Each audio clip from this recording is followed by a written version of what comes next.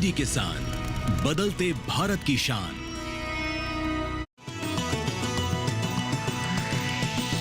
DD किसान, बदलते भारत की शान।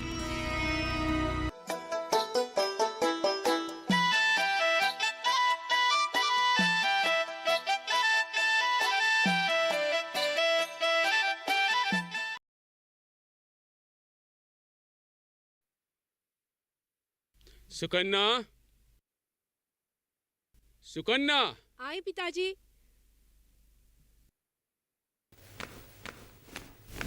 बोलिए पिताजी। सुकन्या, ये बात सही है, तुम उस दिन अकेले ही विकास के साथ बाइक में गई थी? क्या हुआ, चुप क्यों हो? कुछ बोलती क्यों नहीं? हाँ पिताजी। क्यों गई थी? दरअसल उस दिन अंतरा कॉलेज नहीं गई थी, मैं अकेली ही गई थी। घर आते समय मुझे रास्ते में विकास मिल गया। उसने कहा कि मेरे साथ चले आओ, तो मैं उसके साथ चली आई। मैंने कुछ गलत किया पिताजी? बात सही गलत की नहीं है, बात नजरिया का है बेटी। तुम विकास और अंतरा अच्छे दोस्त हो, ये बात मैं जानता हूँ। विकास के पिताजी को भी मालूम है और तुम लोग जानते हो, लेकिन गांव के सभी लोगों को यह बात पता नहीं भी हो सकती है कि नहीं? हाँ पिताजी। लेकिन गांव के सभी लोगों के नजरिया एक जैसे नहीं होते हैं।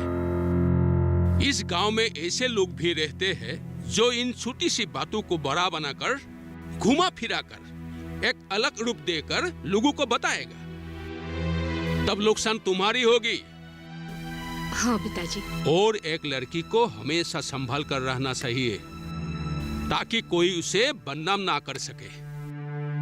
ऐसा कोई काम ही नहीं करना चाहिए जिसमें बदनामी का डर हो। मैं जानता हूँ तुम सही हो, लेकिन तब भी मैं तुम्हें ये सीख दे रहा हूँ कि आगे से तुम ऐसी हरकत मत करना। जी हाँ पिताजी। तुम्हें इन लोगों को लेक्चरर बन के दिखाना है और तुम्हें बैंक ऑफिसर। हाँ। तब इन लोगों का मुंह हमेशा के लिए बंद हो जाएगा। हाँ पिताजी, अब हम बन के ही दिखाएंगे। हाँ। मेरा आशीर्वाद तुम दोनों के साथ है। अभी हमें यही चाहिए पिताजी।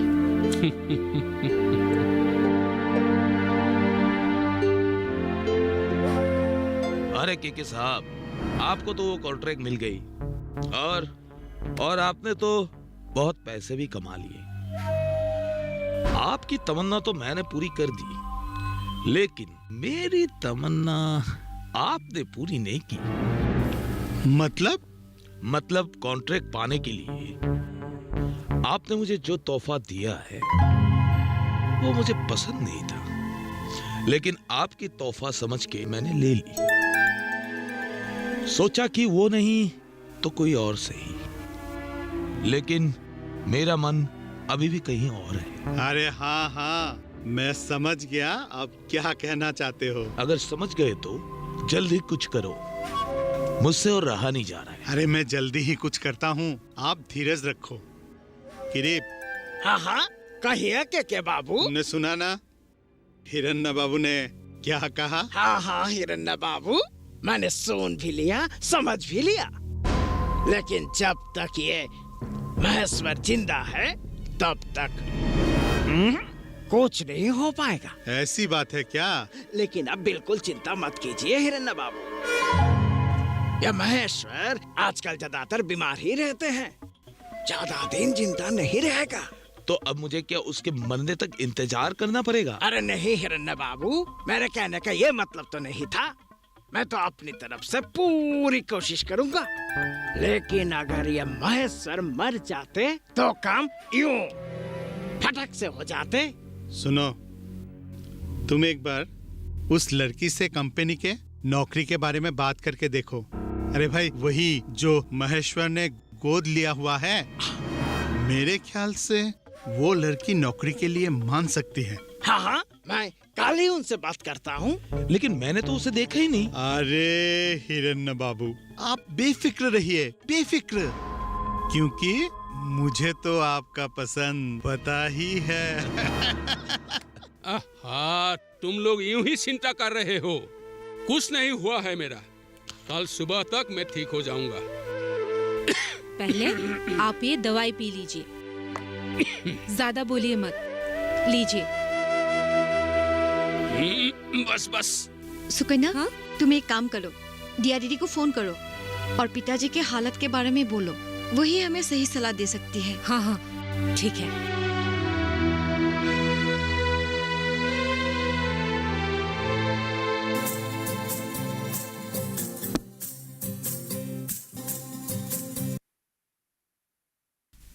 हेलो। हेलो दीदी, कैसी हो? मैं ठीक हूँ, तुम कैसी हो? हम दोनों ठीक ही है दीदी, लेकिन पिताजी की हालत थोड़ी खराब है। बुखार, सर्दी और बदन का दर्द भी हो रहा है। अरे, तुमने पहले ही क्यों नहीं बताया मुझे? मैंने दवाई भी दी थी, लेकिन हालत खराब ही है। अभी क्या करूं दीदी? तुम एक काम करो, हाँ दीदी।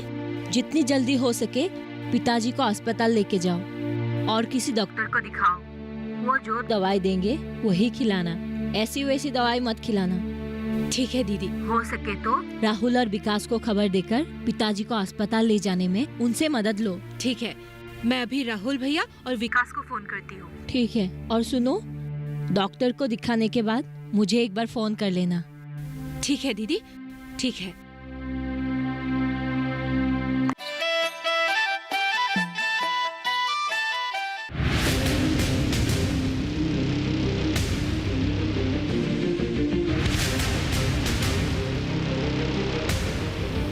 जब तपती है धरती, सूरज उगलता है आग, ठंड में जब सर्दी जमा देती सबके हाल, सब छुप जाते अपने अपने घरों में, तब बाहर निकलता सिर्फ एक इंसान, भरने के लिए हम सबका पेट, खून को पसीने की तरह देता बहा, थक जाता, झुलस जाता, हो जाता बीमार, तब उसकी सेहत का ध्यान रखता सिर्फ डीडी किसान।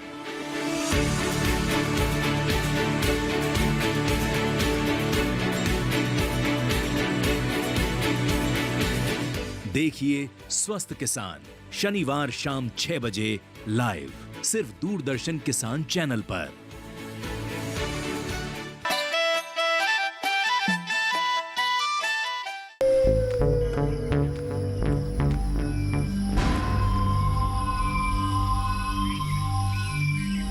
जरा सुनना अंतरा बेटी। अरे रुक जा बेटी। हाँ बोले किरीप चाचा। मुझे तुमसे एक जरूरी बात करनी है। हाँ बोलिए।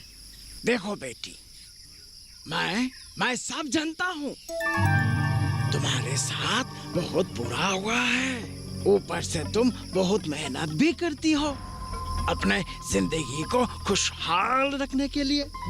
इसीलिए मैं तुम्हारे लिए एक बढ़िया प्रस्ताव लाया हूँ। प्रस्ताव? नौकरी की प्रस्ताव। दरअसल तुम्हें महीने में 10,000 रुपया तनख्वाह मिलेगा। लेकिन तुम तो हमारे के साहब को जानते ही हो, कितने दयालु और अच्छे आदमी हैं। और उन्हीं के ही दोस्त हिरण्य बाबू के कंपनी में एक नौकरी निकली है, और इसी नौकरी के सिलसिले में हमारे के साहब ने तुम्हारे पास मुझे खास तौर पे भेजा है। और ऊपर से उन्होंने तुम्हारे लिए ये देखो एक तोहफा भी भेजा है। तोहफा? हाँ। अंतरा, सुकन्या, किरीप चाचा, आप अंतरा को ये क्या दे रहे थे? नहीं, ऐसी कोई बात नहीं है बेटी। मैं ही बताती हूँ सुकन्या। किरीप चाचा मुझे एक नौकरी के बारे में बोल रहे थे। वो बोल रहे थे कि मुझे सब पता है। किरीप चाचा, अब फिर से नौकरी की प्रस्ताव लेके अंतरा के पास चले आए। अपनी दीदी को भी ये प्रस्ताव दिया था, लेकिन दीदी नहीं मानी, और आज वो डॉक्टर है। नहीं बेटी, मुझे समझाने की कोशिश मत कीजिए, मुझे सब पता है। अब फिर से ये नौकरी की प्रस्ताव लेके मेरे और अंतरा के पास मत आइएगा। हमें नहीं करनी है आपकी कंपनी में नौकरी। हम कुछ अलग बनना चाहते हैं और बन के ही दिखाएंगे। चलो अंतरा।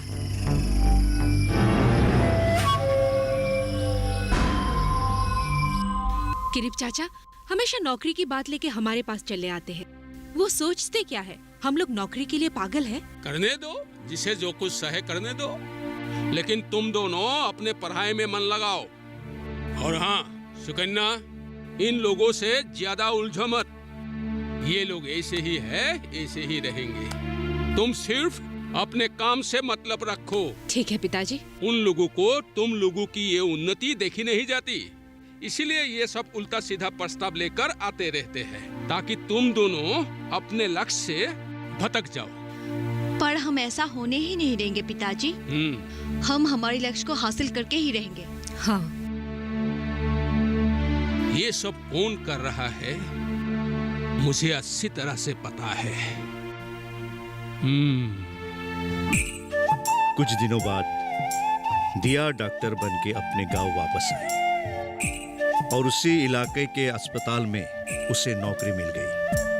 दिया ने अपनी मां का सपना पूरा किया और गांव के लोगों की सेवा करने लगी। दीदी। दिया, पिताजी, आज तुम्हारी ड्यूटी के पहले दिन में ही इतनी देर हो गई? हम लोग बहुत परेशान हो गए थे दीदी। तुम्हारा फोन भी बंद था। हाँ, आज बहुत पेशेंट थे, इसलिए टाइम पर आ नहीं सकी और फोन भी बंद करके रखा था। तुम्हारी माँ की यही सपना थी कि तुम डॉक्टर बनकर लोगों के खूब सेवा करो। ये तुम्हारी माँ की ही आशीर्वाद है और मेरा आशीर्वाद हमेशा तुम्हारे साथ है। आज मैं बहुत खुश हूँ। हमेशा खुले और सच्चा दिल से लोगों के सेवा करो। जरूर पिताजी। ठीक है दीदी, अभी तुम मुंह हाथ धो लो और थोड़ा आराम कर लो। चलो। और मैं तुम्हारे लिए चाय बनाती हूँ। हाँ चलो। जाओ जाओ।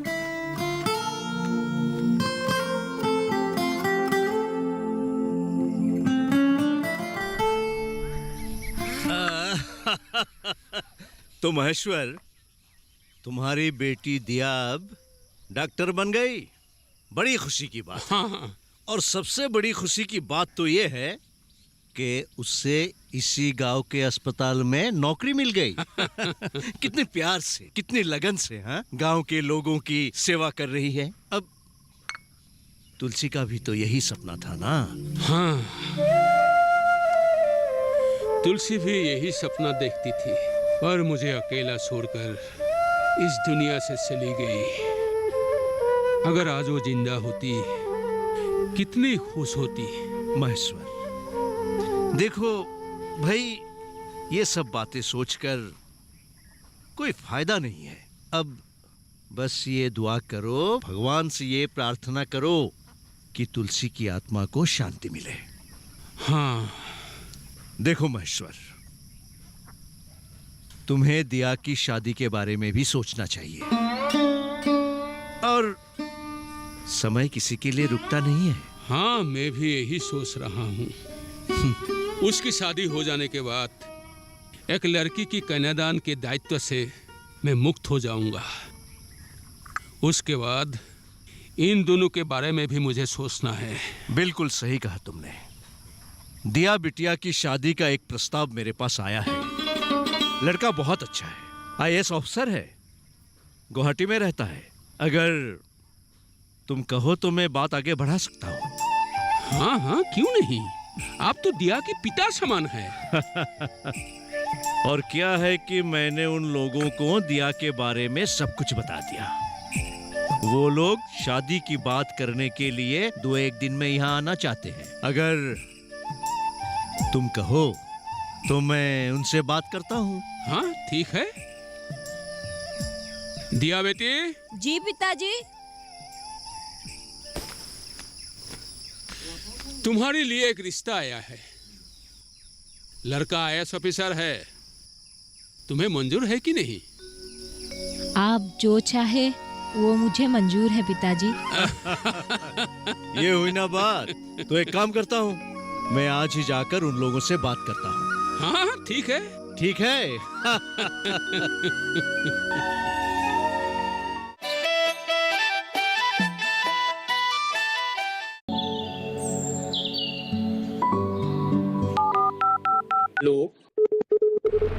कार्यक्रम के पहले कॉलर जुड़ गए हैं उनका साथ। इस बीच हमारे पास कुछ ईमेल्स भी आए हैं। सवाल पूछिए अपना। कैडेट में जो मतदान पैदा करेंगे, इनमें कौन सी सावधानी बरतनी? गर्म इलाकों के लिए आप HRM 99 इनसे आप कुछ फल ले सकते हैं। जैस्मीन के पेड़ पे जैस्मिन, फल उसको पूरी खुली धूप चाहिए। फसल में कीट लगा हो या कोई बीमारी, पशुपालन में हो कोई दिक्कत या चाहिए कोई जानकारी, फोन उठाइए, नंबर मिलाइए और कहें हेलो किसान।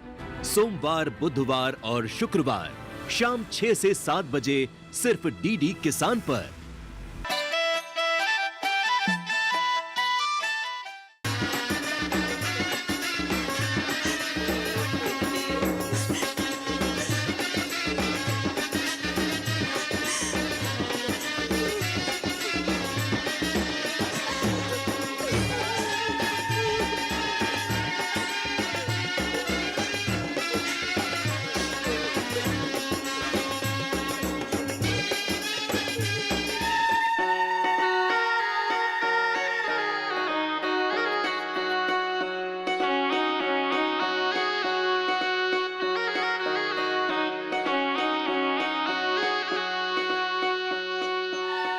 कन्ना, कल की इंटरव्यू के लिए तैयारी होगी ही ना बेटी?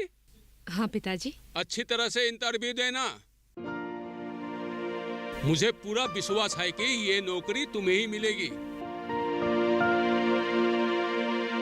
रात बहुत हो गई है, जाओ अभी खाना खा के सो जाओ। सुकन्या, कल मैं तुम्हें इंटरव्यू के लिए छोड़ने जाऊंगी। ठीक है, चलो अभी सो जाते हैं। चलो। जाओ।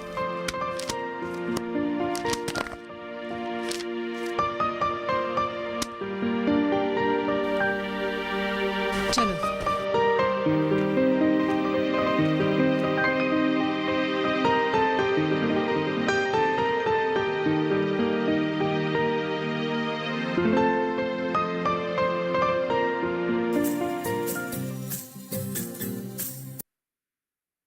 हेलो सुकन्या, तुम्हारा इंटरव्यू कैसा हुआ आज?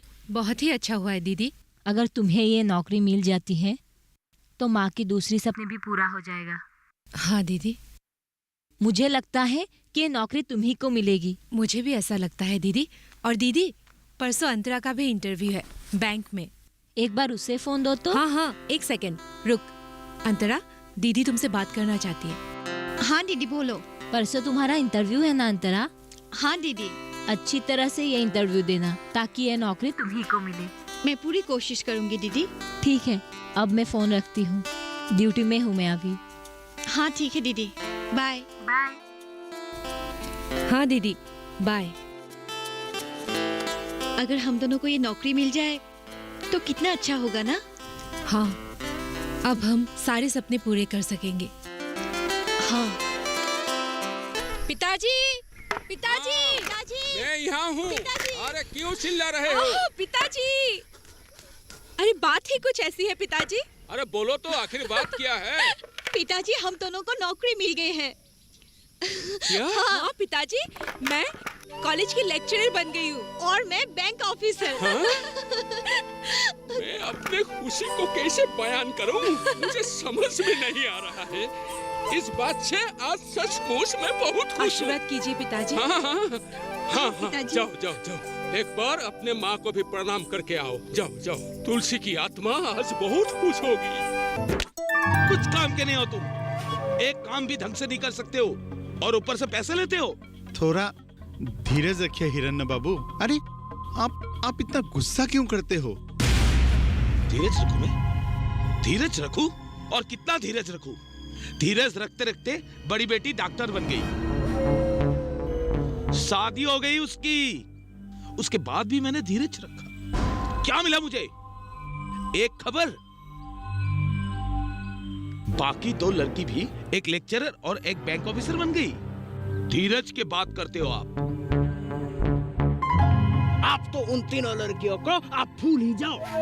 भूल जाऊं मैं तो भूल जाऊंगा, लेकिन तुम मेरे ये थप्पड़ हमेशा याद रखना और आगे किसी को भी ऐसे झूठे कसम दे के पैसे मत वसूलना, नहीं तो तुम्हारी जो ये हालत है उससे भी बदतर कर दूंगा। समझ गए? चलता हूं।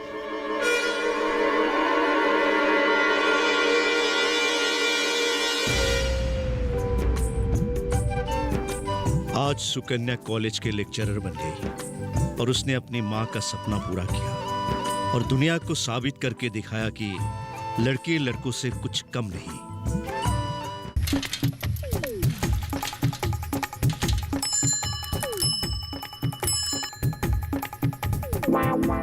क्या हुआ पंडित किरीप जी? दुकान भी बंद है, पानी भी आने में देर है, इतने गुमसुम क्यों बैठे हो? नहीं, आज मेरा तबीयत कुछ ठीक नहीं है। और हाँ, तुम तो मुझे हमेशा एक बात बोलते थे कि लड़कियां कुछ काम की नहीं है, लड़की दूसरों की घर की संपत्ति है, लड़कियों को पढ़ाना नहीं चाहिए, बोला था कि नहीं? हाँ, बोला था। लेकिन मैंने तुम्हारी बात नहीं सुनी और मैंने मेरे 3 लड़कियों को पढ़ाया लिखाया, उन पर विश्वास किया, इसलिए आज वो कामयाब है।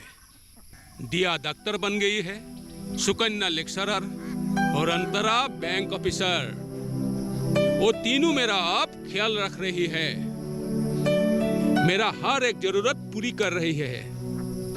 मुझे तो कभी भी एहसास नहीं हुआ कि मेरा लड़की लड़कों से कम है। किसी किसी क्षेत्रों में वो लड़कों से ऊपर है। तुम अब क्या बोलना चाहते हो इस बारे में?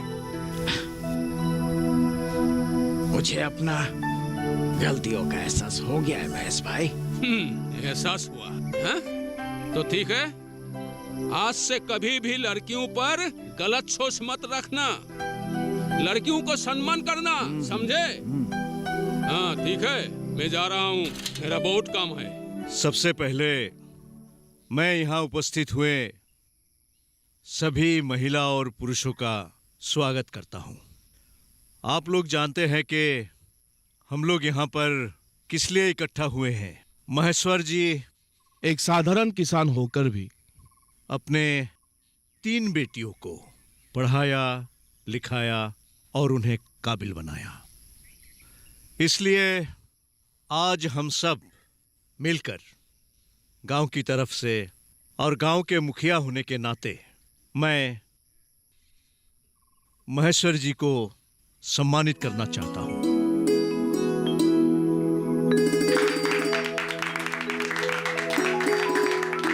अब महेश्वर जी, आप लोगों को कैसे अपनी 3 बेटियों को इतना काबिल बनाया, आप लोगों को बताएंगे। महेश्वर जी। मुझे आज ये सम्मान मेरे 3 लड़कियों के लिए मिला है। आज मैं बहुत खुश हूं। जब मेरी बेटियां पढ़ रही थी, उस समय उनके मां की निधन हो गई थी। उस समय बहुत लोगों ने मुझसे कहा था, बेटियों को पढ़ाने से कोई फायदा नहीं, या तो उनकी शादी करवा दो या किसी के घर में काम में लगा दो। लेकिन मैंने किसी का नहीं सुना। मैंने उसे पढ़ाया लिखाया और आज नतीजा आप लोगों के सामने है। लड़कियां कुछ काम की नहीं है, ये गलत विचार है। लड़की हर वो काम कर सकते हैं, इसलिए हम सबको लड़कियों को सम्मान करना चाहिए, उसे पढ़ाना चाहिए, उसे शिक्षित करना चाहिए, उसे काबिल इंसान बनाना चाहिए। तभी ये लड़की जाकर डॉक्टर, इंजीनियर, पायलट या जो भी चाहे बनकर देश की सेवा कर सके।